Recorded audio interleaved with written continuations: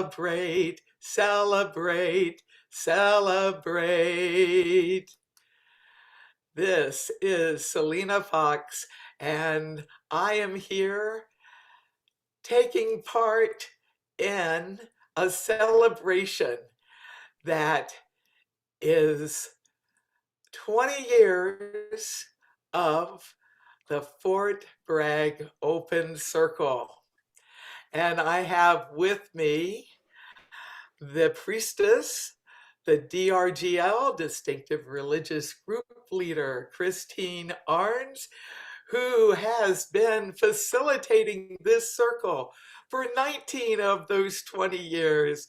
Welcome, Christine, and congratulations to you Thank and you. everyone with the Fort Hood Open Circle. Thank you.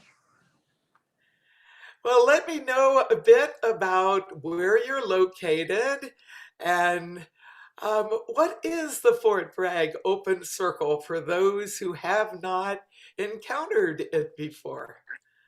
So we are located in Fort Bragg, North Carolina, which is right next to Fayetteville, North Carolina, about an hour away from Raleigh.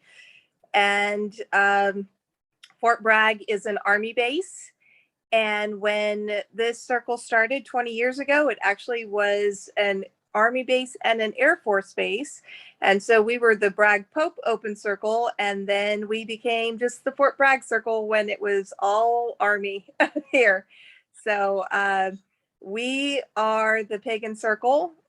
We specialize in Wicca, but we kind of adhere to all pagan faiths. When I do rituals, a lot of times I try to keep it open so that it's not so minimal. It's more wider, catching with that net so that more pagans feel comfortable at the circle here. So. Well, your circle is one of the oldest in continuous operation. So go back to 2001.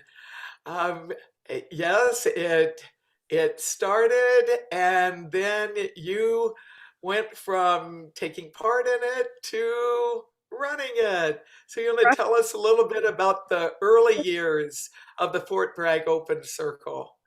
Sure. So Marcy Drury is the one that actually got it started. She was a CID agent here, and she had done things in Korea. And then when she came to Fort Bragg, there was a need for it here. So she was the one that actually got it off the ground with the chaplain's office here.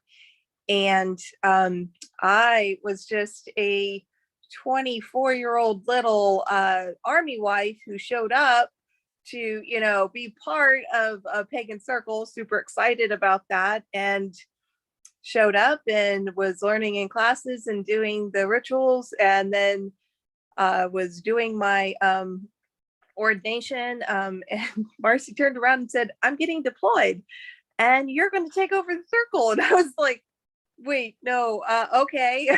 So from that moment on, I went and got my credentials to do that and became the high priestess here, so that we could continue on this community that we have here to support the soldiers and their families in the Fort Bragg area.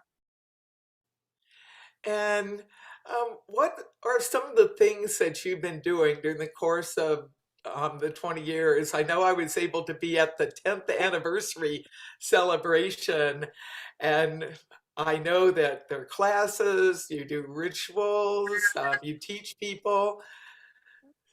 So on a normal basis, just every year, we do classes weekly to give information on just paganism in general. I try to, give the information for people who are learning, but then I also try to expand that for people who are not so new to paganism, that they can still grow in their spirituality. And we do the 8 holidays through the year. In the past, we've also done full moons and new moons and blue moons. We love doing blue moons here. We all dress in blue. It's so much fun. And then we have blue moon cake and, stuff like that. But I've also done services for the service members when they were going overseas, protection circles, and that while they're in war zones, because a lot of our members have gone to those, that they are protected by their gods and that their voice is heard. And we've done that as well. Me personally, with the chaplain's office, I have participated in prayer breakfasts and in tree lighting services around Christmas/Yule time. And I have also done training with the chaplains so that they can have a better understanding of what our religion is. And so that they have the knowledge. So when they have a soldier that comes to them, that they are not disarmed in the fact that they have no knowledge. So that they can reach out and do counseling for that soldier with a better understanding of where that soldier is coming from spiritually. So that's what I've spent my time doing. Well, and I was very grateful to be part of the 10th anniversary celebration. And although the situation is such with COVID and air travel and that type of thing, I'll be joining you via video here as well as in spirit. You know, one of the things I appreciated about being with you and the group is that you were able to have part of the celebration in the chapel, and then we were at the outdoor worship circle with its own official sign. And what a wonderful space that you have for doing your ceremonies. You want to tell us a little bit about the outdoor circle, how that's come to be, and how you use it?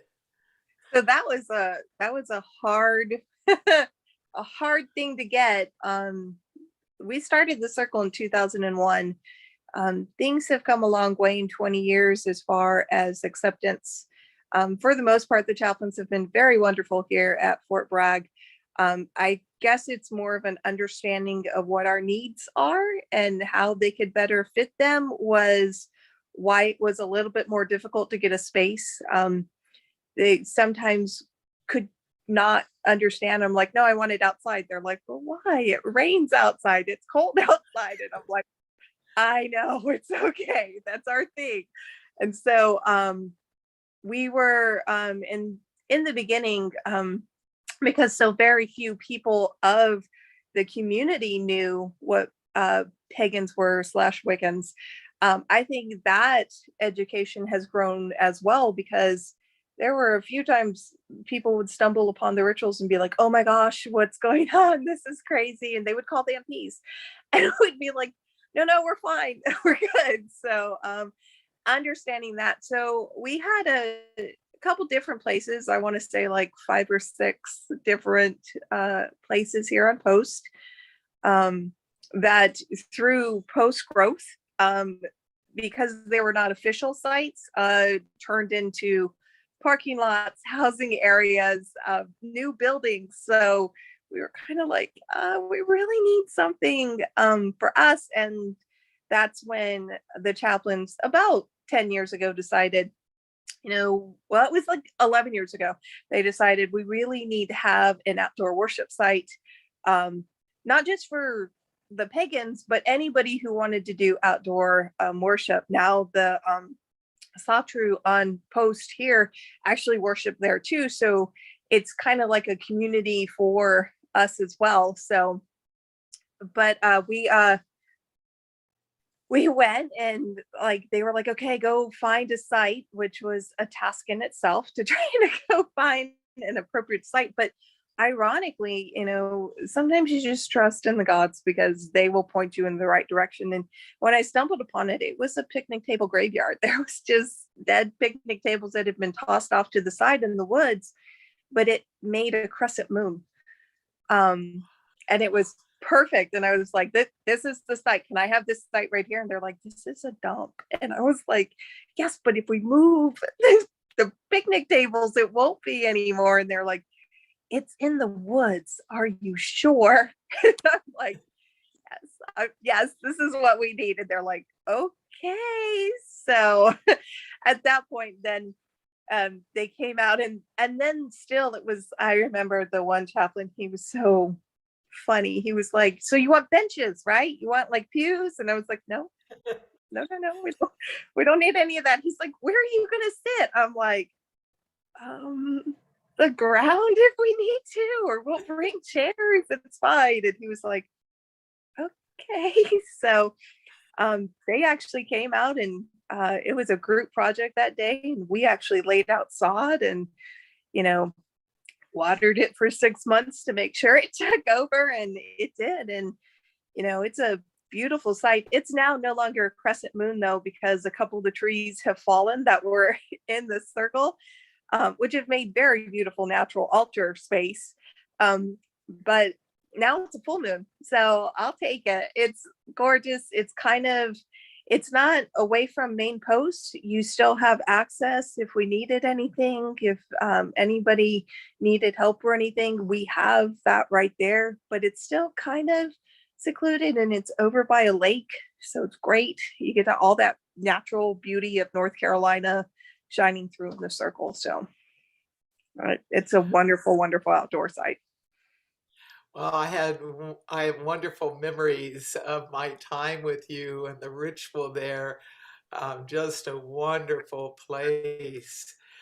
And as you look back over time, I mean, 20 years is what an amazing journey in terms of the early beginnings with Marcy and then you taking it on and then it continuing to grow and evolve. And I'm just so excited that the big 20th anniversary is coming up, and this is part of Circle Sanctuary's celebration. I'm thankful that we are the current sponsor of Fort Bragg Open Circle, and am very thankful for the bridges of understanding that have been built as a result of your ongoing work and the group's work at Fort Bragg. You've helped a whole lot of people. You're actually one of the longest serving DRGLs that I'm aware of within the pagan world. And I give thanks to you for your service, your dedication. I give thanks to the group for it continuing to grow and evolve. It's a happy time to be able to celebrate an anniversary. So, Well, what are it's the some, people that have made it. It's the people that have yeah. made it. They're the ones that have kept this circle going. They are the heart and soul of this group. So So, as you think back over the years, what are some happy memories? Some, whether maybe it's a ritual or some good times that you had together. Certainly, the 10th anniversary was wonderful. I got to see slides in the chapel on the more formal presentation of the 10th anniversary. And to see images of the circle over time, I just found that was fabulous. And to have the support of the chaplains to be in the space and having a reception and later a feast after the ritual. Certainly, that was one of my favorite times in my journeys around to various U.S. military installations where Circle Sanctuary sponsors groups. So I know the 10th anniversary was certainly a wonderful time for all of those that were there. What are some other things that come to mind? for me, I think this one's just kind of personal. It's every time a group member returns back from being overseas or even, you know, just deployments. The deployments are special on their own when they return back from those, just because of, you know, everything. And then them being able to return back to a community that is open and accepting and says, hey, you were totally missed, and are there for them, and allows them to have not just, you know, oh, it has to be all positive things. It's like, we're here to help you deal with everything. It's all that balance part. So that has been one of the biggest things um, that has been important. But the most fun things that we've done is kind of some of the rituals that have really evolved throughout the years. We've had different members that have come up with some different ideas. And the one that's really stuck with the circle through the past years is we kind of do our own holy festival at Ostara, where we do color dye, and we all wear white and we go out there and we just have a blast. We're just, all that youthful energy, because, most people who are part of this circle are younger. They have young kids, and they, 20-year-old soldiers running around. So they have lots of energy that I need to like find things for them to do. And so doing like events like that, putting not just, it's like taking a small piece of the world of culture and plugging it into our beliefs and allowing ourselves to just expand in the world which we live in, because so many people that come to the military come from so many different backgrounds and so many different ways that they were raised, or where they were raised and stuff like that. So we've made it really kind of our thing to kind of embrace that diversity with inside our own circle. And so we've there's some like stable rituals that happen throughout the years that kind of center around this. So that's some of my best memories. Is there's now traditions within inside this own circle that even though it's all brand new people, they're still shared, and it's still like, remember like 10 years ago, and like someone like left and they came back. It's kind of like a home thing to them, so they get to have that experience again. So that to me has been important. Yeah. Well, and in the 20 years, there have been numerous operations and two wars. And, looking at holistically having a group that's at a military installation, you do have to contend with loss of life and injury. And I'm wondering if you can share some ways that you as a community are available to give support when there has been a death, whether it's been killed in action or some other um, way of being that's happened, when there's been illness and things. I know when we talked the other day, you have things that you do at Samhain time to Yeah, help with the grieving and dealing with death as well as the rebirth.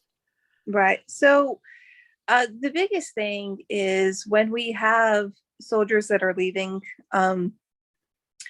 We've had soldiers in the past that have gotten together, and that we do a ceremony, and then the soldiers who have been overseas kind of have a chance to sit down and talk with each other. It's in sacred space, and then it's almost like it's people who have been there, people who have had those experiences. It's a open, safe space for them to be able to talk to each other, give support to each other, and us, i.e., civilians, me, because I'm only a military wife. We're not part of that. I might be part of facilitating the circle, but there comes a point during that service that it is just military. The people who have seen things, that have experienced things, that go and have a discussion and go and have this open communication with each other. And when they return back, knowing that that's still there for them too, because we do a integration kind of circle back to the civilian life, because you have to make that switch in your brain from going on complete warrior mode to I'm back home. And so we do that as well. We offer that as well. And then for Samhain time, every Samhain, I do a memorial. It's always part of our circle. It's not sometimes it's brought into attention, it's part of the ritual itself, and then sometimes it's not. Sometimes it's just a table that's set up, a place that's set up. It's more like the Day of the Dead that you experience in Mexico. Like, we always make a plate for those that are no longer with us, that they get to have that offering with us. And that's a big part of what we do during Samhain. And then, depending on what's gone on, we've had children that have passed away for members in our circle. Now we do a children's circle, and we do a children memorial during the circle, where we do remembering the children that have passed away. We do something for women specifically that have passed away, and then we do something specific for the soldiers that have passed away. So kind of letting them know, we're here to listen, we haven't forgot you, and we are here to still celebrate everything with you still. So that's what we tend to Wow. do here. Well, and such a wonderful source of spiritual and social support that you and the others have as part of being a pagan open circle at a U.S. military installation. Certainly, there's been a lot of change over the years. One of the things that I've noticed is over the years that more people are doing military service from many different backgrounds. So I have seen diversification, and I've seen now more women um, go and join and move into positions that weren't open for women. And can you talk a little bit about diversity within your community? It seems like you have a range of ages, you have Yeah. families, and Yeah, we do. We have retirees, like that's what my husband is now. We are now in that retiree group. But we will have the 18-year-old soldier that this is their very first duty station, and they've left home, and they don't really have like family at all around here. And so a lot of times the members of this group become the family for people who are away from their families. There's numerous times that Thanksgiving has been opened up to members of the circle that have nowhere else to go. And it's done in such a like fluid way. Like, it's not like, oh, we got to make sure they have a place. No, it's like, what do you mean you don't have anywhere to go? You're coming to my house, don't even talk about that. You're going to have food, and we're going to make you fat, you're going to be great. So it's more that attitude with the group members here. It's just kind of, and then we have we have so many, not right now, but in the past we've had children. It's funny, they ebb and flow, the amount of children that we have. But there has been times that we've had so many children that I've had broken up the doing Samhain and Beltane, where we had specific children one, and then we had the adult one, so that the children had a chance to experience things on their level. And as the adult one, we didn't have to make it less 18 and above, I guess, for, because sound can be pretty dark sometimes, and that can be pretty scary to kids. Whereas we do it from, yes, they get to remember their pets that have passed away, but most children really haven't experienced death on any other level other than a pet that maybe has passed away, or, a grandparent or something, but usually not even that. So, to talk about death in the way that we would normally talk about death over Samhain, that might be a little intimidating for them. So we try to give them space to be able to still celebrate their spirituality for the season without, I don't want to say watering down, but that's kind of a term for the adults, that we still get to experience it on the level. And for Beltane too, which we all know. So having that for at least those two holidays has been something that this circle has made it kind of a priority to allow different age groups to be able to celebrate in different ways instead of saying, oh, Samhain is for adults only, sorry, good luck. It's still their celebration time. They still get to have those moments. So we've done that in the past to include, we have at different times, I guess equal males and females. And then because it's a safe space for everybody. It's we don't talk, rank isn't used here and stuff like that. It's very much, open to all to come in and experience. So yeah. So what I have really enjoyed with doing the military circle is the masculine actually being part of the circle. I think in a lot of circles sometimes that I've been a part of in the past, that was kind of low keyed down to just goddess energy. And I think being in this circle has brought more balance to me, having not just the feminine, but having the masculine. There's something so great when you're like, in Beltane's in the past, we've had the Green Man and we've had the May Queen. And so we put their names in a hat, we pull them out, and then they get to put on the crowns and they run around, having that equal energy represented in the circle is just amazing at times that I think in some circles I have lacked that. So I really enjoy the fact that I get to have that balance happening. So. And do you have people within the circle that are from a number of different traditions? Do you have some who are from different branches of Wicca and people that are more generic pagan, Oh yeah. Druidry, that Oh yeah. kind of thing? One of the Oh yeah. things I noticed when I was there for the 10th anniversary celebration, there were people from many different backgrounds and orientations, but the ritual you facilitated really brought everybody together in a good way, each being their own individual self, but also being part of the whole. I've really tried to make that a big part of it. And I'll even tell people if I'm doing a certain ritual, I'll be like, this is a Wiccan ceremony, or this is a Hindu ceremony, or this is this. I try to give it the name. I mean, we've even done an Aztec ceremony for Samhain before, so which was great, by the way. We had a lot of fun with that one.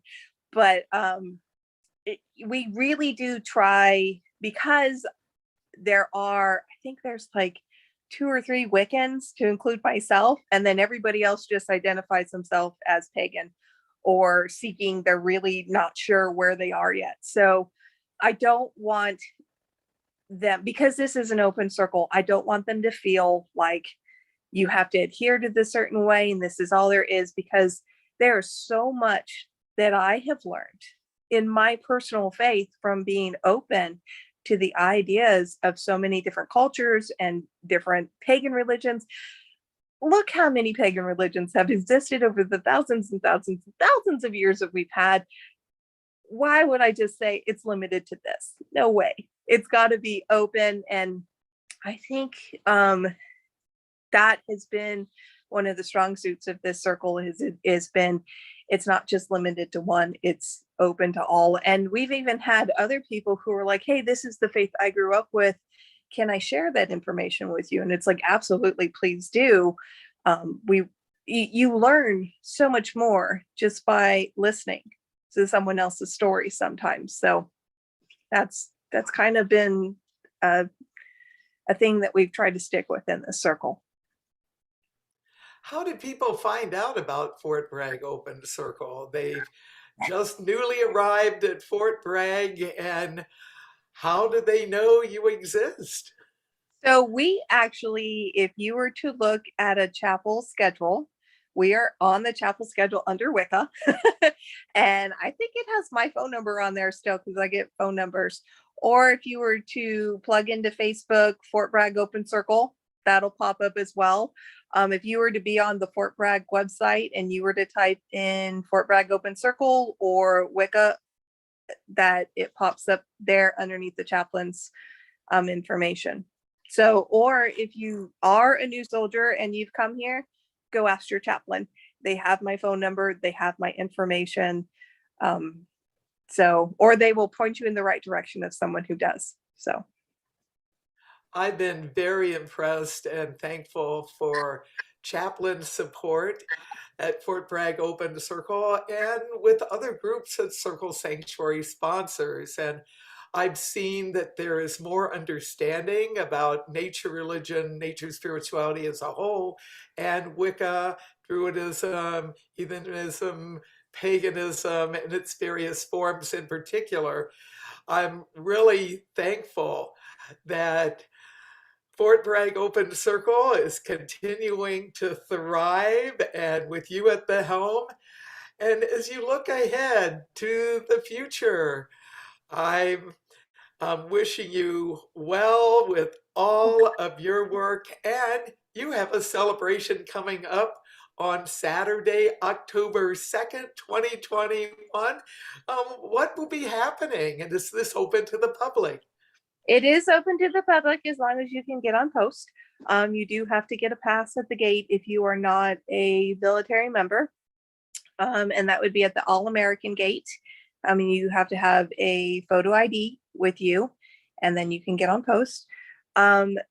It is going to be held at Pope Chapel, which is off of Riley Road. At 4 p.m. We're starting in the chapel again. I think it's always real important to start there because this is through the chaplain's office with their support that we can bring this to the military members and their families. So I always like to start it there. And then from there, we are going out to the ritual site again so that we can celebrate, do the formal stuff, do the thanking to the chaplains that, we have the support that we have, and then go out and do our thing out at the ritual site so that we can celebrate in our voice, in our way, and have that. So that's at 4 p.m. on Saturday. That's fabulous. And then you have things that you do weekly. Are you doing classes? Are you doing Yeah. ceremonies? What are I, some of the things that you look ahead for? And so because it's Samhain season coming up, a lot of what my classes are about. In fact, this week I'm doing a death rites and ways that death is celebrated through different cultures throughout the year, throughout the world. And then I'm specifically talking about burial traditions inside of Wicca and pagan religions itself. So, because I feel like that's knowledge that none of us like to think about that, but when the day comes, it's nice to know that you have options other than, what is quote unquote the standard. So I'm doing a class on that. After that, I'll be doing, I'm doing a divination class because that's important. I'm doing a burning times because I like to do the burning times class during October because I like people to never forget what has happened in the past and our history. Where are we coming from? Why are we here? And why is this so important that we always fight for our rights to have freedom of religion and that our voice is not silenced anymore? And so I do that class, and then I'm doing a class on Samhain. I always, right before the holiday, I always do information class. Like, what is this holiday about? What are the gods that you can worship? What are a couple activities? Because I know not everybody can always make the class or make the rituals, so that you can go and celebrate on your own, that you can celebrate with your family, that you can still make it part of the season, even if you're not part of the group. So I do a big, huge info dump of what the holiday is. And then from there, we are doing an energy class too, how to raise energy, how to ground, how to work with different elements to raise energy. So just, simple basic stuff, trying to, help grow, how do you meditate? I try to do a meditation class of some sort, like quarterly, at least, if not half a year, because I think it's important for us to never lose that skill and to use it for, our own spirituality and our health. So, yeah. Well, I'm so thankful for our time together and the opportunity for us to take a look at the Fort Bragg Open Circle. And I'm so thankful for the circle. I'm so thankful for your leadership and very thankful for the support of the chaplain's office and thankful for all who have been supporting Circle Sanctuary Military Ministries of many types. I'm wishing you a fabulous 20th anniversary celebration. We're going to be celebrating it multiple days with some posts on social media and this video being part of this, and wishing you well, not only in the celebration, but in times to come. Thank you so much for your service. Thanks to all of those active duty and retirees and family members and others who are part of the Fort Bragg Open Circle. May you continue to do well and prosper. So be it. So be it.